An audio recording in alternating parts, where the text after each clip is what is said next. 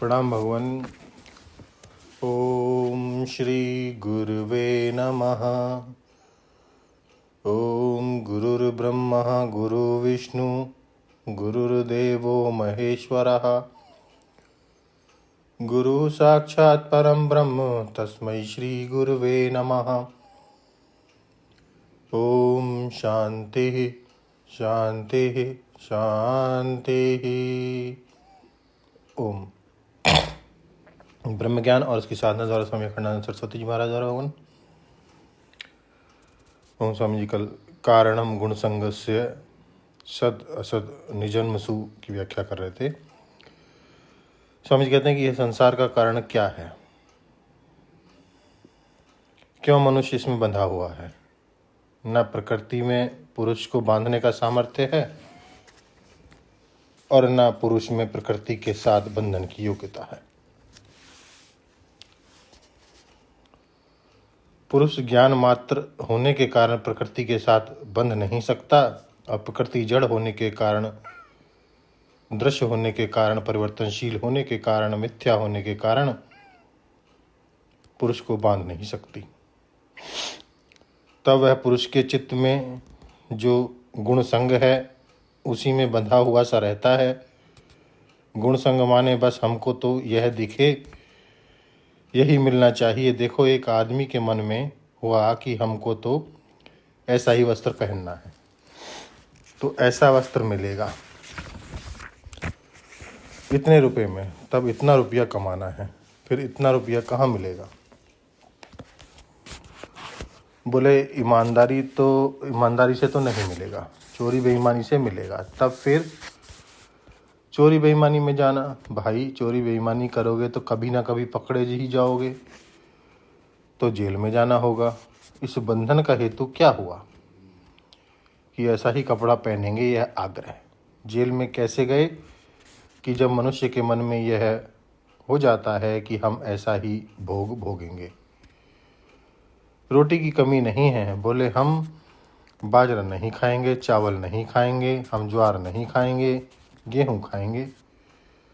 यही तो रोटी की कमी है ना, और क्या कमी है? बोले हम गाढ़ा नहीं पहनेंगे, नायलॉन पहनेंगे। अरे गाढ़ा आया गाढ़ा पहन लिया, नायलॉन आया नायलॉन पहन लिया, गेहूं मिला गेहूं खा लिया, बाजरा मिला बाजरा खा लिया। बोले हम तो ऐसे ही पलंग पर सोवेंगे, यह बंधन है। कारणम गुण संगो अस्य, ऐसे ही इस मकान में रहेंगे। अरे भाई कभी जैसे धर्मशाला में जाकर रहते हैं तो वहाँ कहाँ एयर कंडीशन जाता है, वहाँ कहाँ पलंग जाता है। जाहि विद राखे राम ताहि विद रहिए। कारणम गुण संगोस्य। बोले ब्याह नहीं होता है। क्यों नहीं होता है जी? कि आप लोग अगर दो चार लड़के की बात जानते हो तो हम 1000 लड़के लड़की की बात जानते हैं। क्यों नहीं होता है? माँ बाप को अपनी लड़की या लड़के में जो अयोग्यता है वह नहीं दिखती है, अपने अंदर जो रोग है वह नहीं दिखता है, समधी के अंदर जो रोग है वह नहीं दिखता है। बोले भाई लड़के के बाप को तो यह रोग है, तो लड़के में भी होगा, हम कैसे उसको ब्याहें? तो बोले तुम लड़की के बाप हो, तुम्हारे अंदर जो रोग है वह लड़की को हो जाए तो यह बात नहीं दिखेगी। स्वयं 10,000 रुपया घर में हो तो चाहेंगे कि 10 लाख वाले के साथ ब्याह होवे। लड़की सांवरी होगी तो चाहेंगे कि गोरे लड़के के साथ ब्याह होवे। लड़की मूर्ख होगी तो कहेंगे पढ़े लिखे के लड़के के ब्याह होवे। तो यह क्या है कि यह गुणों में आसक्ति है, ममता में आसक्ति है। यह संसार में बंधन का हेतु कहाँ है कि तत्व दृष्टि से नहीं देखते हैं, एक खास आसक्तिपूर्ण दृष्टि से देखते हैं। शरीर को अमुक प्रकार से रखने के लिए असुविधा होती है, दुख होता है। बोले हमने यह प्रतिज्ञा कर रखी है कि हमारी आंख से आंसू ना गिरे। अब यह प्रकृति के नियम में तो है नहीं, वे तो कभी ना कभी गिरेंगे।